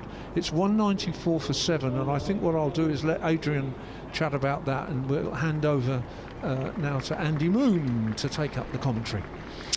Yes, I think it's been good captaincy actually from Kyle Abbott to bowl Nick Gubbins from this hotel end of the ground, because the right-handers are hitting towards that short leg side boundary, and I think that's what both James Coles was looking to do, as well as Ollie Carter. So it's always been a tall order for Sussex. I think it needed either Head or Visa or both to play a really big innings to get somewhere close, and expecting an awful lot of this lower order for Sussex to get over the line. Will Beer coming out to bat, who's he's a useful lower order batsman, Will Beer, who certainly won't give this up. Batted very nicely last week at Sebra score. He made a very quick 40 to keep Sussex in the hunt, but I just think this is a powerful Hampshire attack still, with Kyle Abbott to bowl 5 overs. Turner has still got 5 overs to bowl as well, so there's plenty of firepower for Abbott to call upon. And Sussex are going to have to play out of their skins if they're going to reach this target of 329 to win. And you mentioned Abbott's captaincy. Remember, he brought a slip in the ball before Visa hit the ball straight to slip, which would have been saying great captaincy if Weatherly had clung onto it. Here comes Gubbins to complete his 4th over full, and that'll be driven up to Abbott, who's doing the fielding at mid-off, and that brings the 35th over to an end. Warm applause. What a day for Nick Gubbins. 3 for 19 or 4 overs. Sussex 194 for 7, needing an unlikely further 135 from 15 overs. Yeah, well, someone's going to have to play an innings such as James Fuller played, but I think Dave made a very good point that Hampshire had wickets in the bank, which is always so important in terms of limited overs cricket. And James Fuller, a fine player, very good 54 he made whilst Gubbins was in full flow. So what can young Daniel Ibrahim do? He's 2 not out, 194 for 7, as Andrew was saying. So Sussex needing 135. They need to score a 9 and over in these next 15 overs. Not impossible, but a tall order as Organs in bowls, and Ibrahim pulls, and he's dropped at mid-wicket. Is that Tom Prest? I think it is. It was pulled away by Ibrahim. It was in the air. I think Prest to be disappointed. It was above his head to his left-hand side, but I thought he'd caught it, and Ibrahim escapes when he was on 1. The thing is with Fuller's innings is he'd lost his insurance policy effectively, because you'd seen McManus and you'd seen Holland come and go cheaply at a point when Hampshire seemed to have loads of wickets in hand, and suddenly had he gone cheaply, things would have been pretty tricky. Organ in bowled, reverse swept by swept I should say, down to fine leg, so Will Beer is on his way. Sharks to 195 for 7. Beer on 1, Ibrahim on 2. Sussex still needing another 134 to win. There's Organ in again, bowls to Ibrahim, who drives through the covers. Now they've taken 1, and that's all they'll take as Ibrahim goes to 4. Sussex to 197 for 7. I have to say it's the most beautiful afternoon now, Andrew. Lots of blue sky above the Aegeus Bowl. We haven't had any interruptions at all. At one stage it did look as if it was going to hose down, but we've been uninterrupted, which has been terrific, as in comes Organ over the wicket, bowls, and Beer plays quietly to mid-wicket, and there is no run. It just seemed so improbable at the start of the day. It did. No, he certainly did, and the forecast wasn't good. Heavy showers were forecast, but we've mercifully escaped them. As Organ is on his way again, bowls, and Beer back on his stumps, plays straight back down the ground. It's been a really good spell of bowling this by Felix Organ. He's got 1 more ball to bowl in this, his 7th over. Figures of 0 for 29. He's just going just over 4 and over. And Will Beer waits. Organ in bowls, and Beer just dabs that to backward point.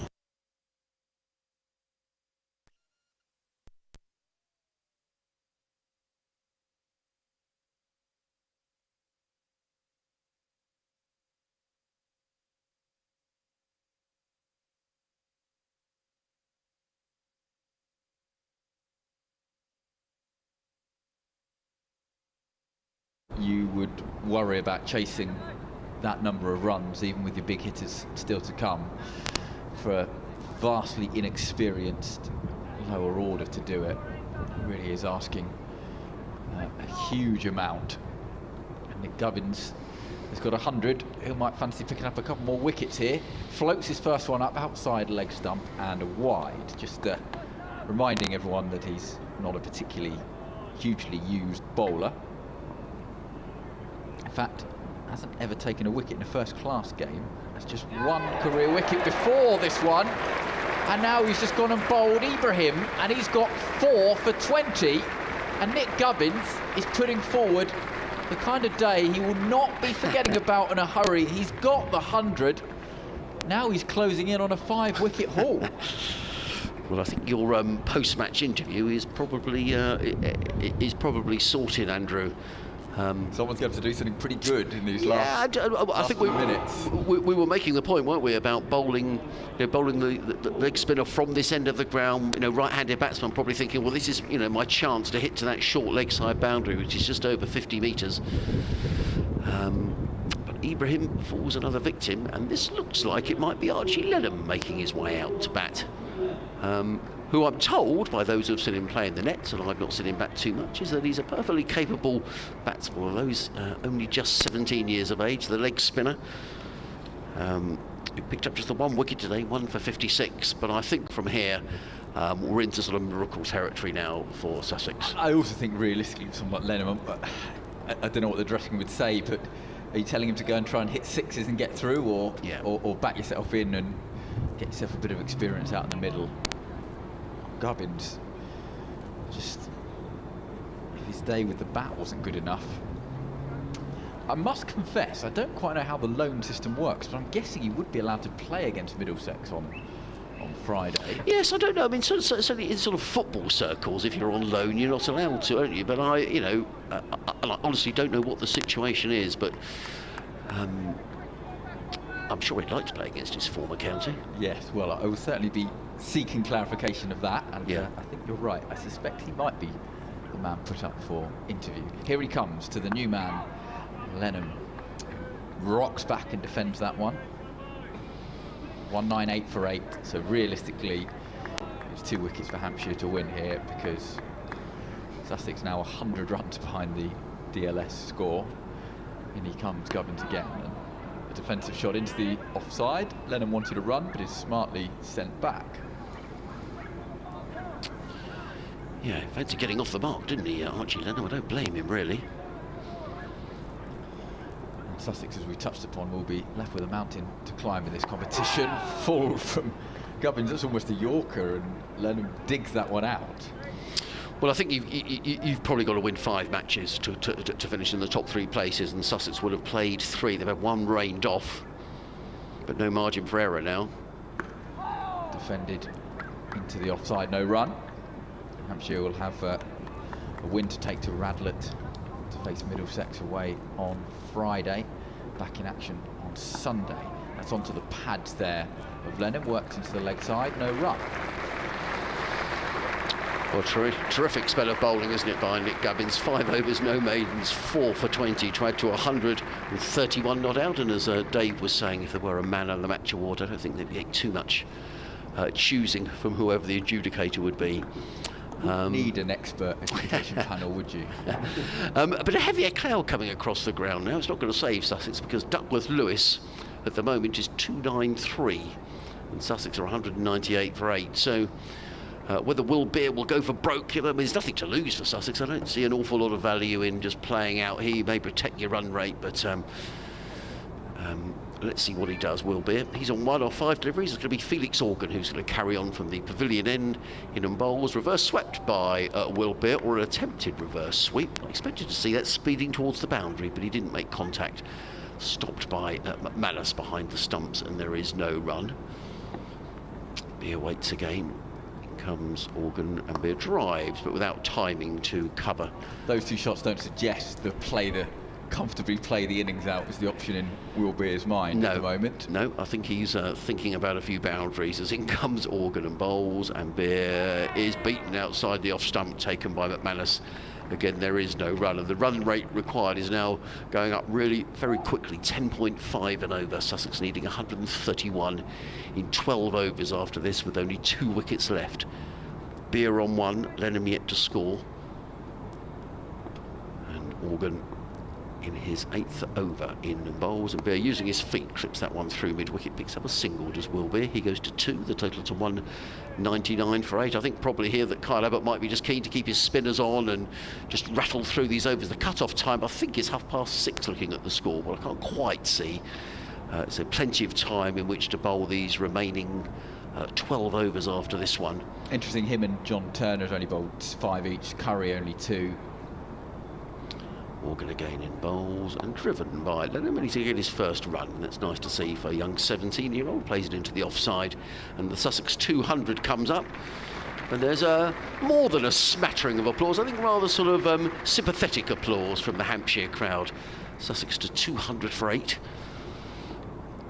But nonetheless generous, as in comes Morgan and bowls, and Beer plays that through the inner ring of fielders to the sweeper on the cover boundary. And it is a single. Another good over though from Felix Organ that just yielded 3 runs. It's the end of the over. 201 for 8. Beer on 3, Lenham on 1. Sussex needing 128 to win in 12 overs, and they need to score at 10.7 and over. Of course it's possible. Everything is possible in the great game, but I have to say, with just 2 wickets in the bank, it is unlikely, particularly when you've got the likes of Kyle Abbott, who's a very fine bowler, still with overs up his sleeve as well. So I think for the time being it's going to be Nick Gubbins, who I'm sure has got his eyes on a 5-wicket haul here, Andrew. Yes, I'm told the fans vote for the player of the match using the Hampshire app. I wonder at what 90 what percent of the vote will Nick Gubbins get will be the intrigue, as Gubbins from the end of his run comes into Will Beer, who's not suggested he's going to die wandering. Gubbins is going to fancy a 5-wicket haul. In he comes. Beer hits it up in the air, and it's going to fall just short of a diving mid-on, and it might run away for 4. In fact, no, it's just going to be 3 picked up there. Abbott was diving, and you can understand in these circumstances why he took the risk of making the catch and knew he would sacrifice runs if he didn't get there, but it was worth it.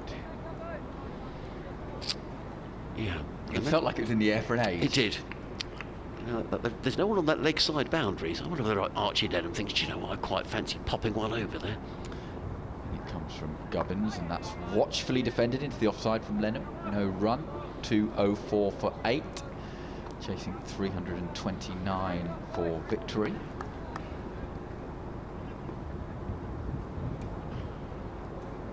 Comes once more. Here we go. There is the club into the leg side. 1 bounce 4. Lenham rightly deciding to have a go. Yeah, I mean, there's no one out on that leg side boundary. It's a short boundary as well. Nick Gubbins tossing it up. I think he's now just said, yeah, I think no, he was going to post a long on, but he decided not to. Look, he'll give 30 runs away if it gets him that 5th wicket. That's what he's after here. He's got runs to play with. How many more chances will he get for a 5-wicket haul, as that's watchfully defended from Lenham, having been tossed up? It is extraordinary, though, isn't it, that Hampshire can pick up a player the quality of Nick Gubbins, and it says much about them. And it comes huge appeal as it hits the pads of Lenham, but that looked optimistic from here. Yeah, I don't know if it's going to hit the stumps. I'm pretty sure it's pitched outside leg, not out. The decision, unsurprisingly. In comes Gubbins again, pitches it up again, and driven through extra cover by Lenham again. Diving stop, just about in the outfield, and they have to settle for 2, so that's decent field. It was, although I think there was 3 there actually with the tumble in the misfield, and that was very much a feature of the Hampshire running. Anything that went out to this side of the ground, the amount of 2s that were turned to 3s and 1s to 2, and I think there were 3 there. However, it looks like it's probably in a lost cause for Sussex. That being said, these 2 will just be, you never give a game up until it's done. I mean, there are 11 overs left, Sussex needing to score at 11 and over. It's a huge ask, but the only mitigating factor is that short leg side boundary. But whether these 2 and Henry Crocombe to come are capable of getting Sussex anywhere near, we'll have to see. I think it's doubtful, but you never know. As in comes Organ and bowls a bit down the wicket and hammers. That has gone miles. That has gone miles and miles. That's a big hit straight down the ground by Will Beer. Well, can they do it? Well, if Will Beer hits a few more shots like that, perhaps they can. That's a mighty blow. He goes to 12, and the Sharks to 216 for 8. Yeah, that's virtually gone straight in the line of the fielder, but at no instance did he ever think that ball was coming to him. In comes Organ again, and this time will be a sweep, and he's going to get 4 more. Reverse swept, down to final leg, 4 runs. So Sussex need just over 10 and over. They've got 10 off this over so far. I don't think it'll be too long if this carries on before the skipper will decide it's time that he came on to bowl. Felix Organ has bowled very nicely, but just 10 off the first 2 balls of the over. And Hampshire won't want to give Sussex a sniff here. You also feel, how long can these batters go on playing like this without doing something wrong? Organ in bowls, and hammers that one away, and he's going to be caught at Cow Corner. Yes, he is. Will Beer is on his way. Well, you called it, Andrew. I think that's Scott Curry all the way out there. Hammered away by Will Beer. He was looking for the leg side boundary. He was going to try and go out in a blaze of glory. But Curry takes the catch. Beer is on his way for 16 of 13 deliveries. And Sussex sliding to defeat. 220 for 9. Still needing 109 to win. And the last man is coming out, Henry Crocombe. And disappointing because Sussex have only faced, only in the 41st over. I've got to say, it's a really good catch, because he's got to worry about his footwork on the boundary. He can't just watch it all the way.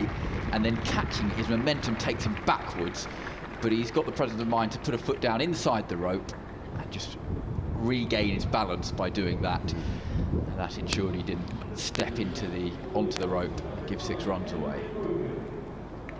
Well, there will be those Sussex supporters who are listening, and you know, we talk about picking young players and giving young players experience. There will be Sussex supporters who are listening, thinking, well, they could have done with perhaps a little bit more experience in the middle order, and there will be those perhaps wondering why Ben Brown isn't playing in the game today, or whether he'll be playing in any of the other 50-over games, because Sussex they've just lacked a little bit of experience here, haven't they? You know, with Visa and Head in the middle order. But the innings has rather fallen away since when Travis Head were out. They were 171 for 4. The problem is when you struggle in the Championship, and then you have a competition like this where, yeah, you could argue Ben Brown will be playing, but Sussex are always going to be up against it given the number of players unavailable. It just doesn't help things. Organ in bowls, and Crocombe is beaten outside the off stump. Gubbins is thinking, do not take the wicket here. I'm sure he is. I want at least another over. Yeah. Felix Organ in again from the pavilion in bowls, and Crocombe uses his feet and drives without timing down the ground to long on. Picks up a single, does Henry Crocombe, so he's on his way. Sussex 221 for 9, still needing 108 to win. In 10 overs, I think we can see fairly certainly that Hampshire are going to win this game. And Gubbins will want them to keep trying to hit 6s when he's bowling. He won't mind if they connect with a couple. Organ in again bowls, and Lenham is forward and just plays quietly back down the ground. There is no run. It's the end of Felix Organ's over. Sussex 221 for 9. Organ has bowled 9 overs, no maidens, taken 1 for 43. Sussex needing another 108 to win in 10 overs. And you have to say, Andrew, that Hampshire's season is turning out to be pretty exciting. They're in the first division of the county championship, which will be finished late August into September. They're in the quarter-finals of the T20 Blast, and who would count against them? They go to Trent Bridge for their quarter-final, but having almost been out the competition, they'll be full of confidence.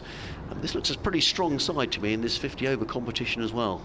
Yeah, I guess it's the case of if they can find the consistency in this competition to get a top 3 slot. But yeah, they really can't be any complaints as Gubbins comes in, and it's full, and a big swing and a miss. And that was so close, Crocombe, to being bowled there.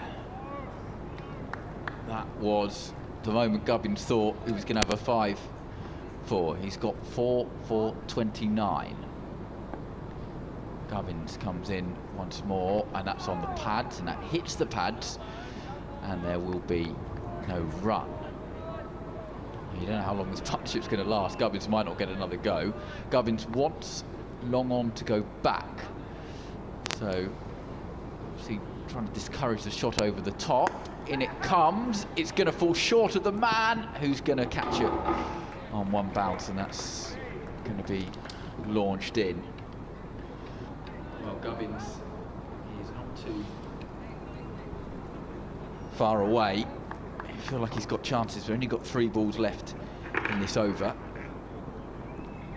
So he's going to turn his arm over once more to Crocombe, who tries a ramp shot over the goalkeeper, wicket-keeper.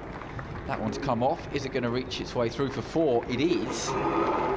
So 4 more for Sussex, 226 for 9. Gubbins is denied with his 4th delivery. 328 for 7 Hampshire made earlier, largely thanks to Gubbins' 131 not out. He's now looking to try and pick up a 5th wicket, something he's not done in his career. He's only taken 1 T20 wicket in his career before this day. His body probably won't be used to bowling 7 overs. In comes Gubbins, full, and that one defended by Lenham. Didn't want to be done by that one. So Gubbins has got 1 more ball to try and pick up that wicket, or Organ is going to have the opportunity with his 10th and final over perhaps to end this game. It is just a matter of time before Hampshire wrap up the win. Gubbins, it's launched over his head, 1 bounce, 4. Good shot from Lenham, back over Gubbins' head. Never any chance of long on coming around to catch that. So that ends over number 41. Hampshire 328 for 7 and Sussex 230 for 9 in reply. They would need a highly unlikely 99 from the final 9 overs with 9 wickets down. And Organ is taking the ball once more as Gubbins' hat is brought back on by a 12th man. Abbott's going to go back to his mid-off position, and Crocombe will be on strike with Lenham at the non-strikers end. Crocombe's got 2, Lenham's got 15 off 15 balls, and these two, unsurprisingly, not willing to die wondering. Here comes Organ to Crocombe, defended into the leg side, no run. Ball back in the hands there of Felix Organ. Organ in. And you join me just as Hampshire have won the match. You can hear the cheers in the background as the final wicket of Crocombe for Sussex falls. They have been bowled out for 230. That after Hampshire made 328 earlier in the day. So Hampshire winning this Royal London One Day Cup game by 98 runs. No question who's the man of the day. Nick Gubbins hit 131 not out for Hampshire earlier with the bat, and then with the ball he hardly ever bowls. Well, he has today, and he's picked up 4 wickets for 38. His best career bowling performance. Hampshire emphatic winners. They move on to Middlesex on Friday. Reaction to come on our Twitter site at Solent Sport, and I'll be speaking more to Adam Blackmore about this result after 6 o'clock this evening.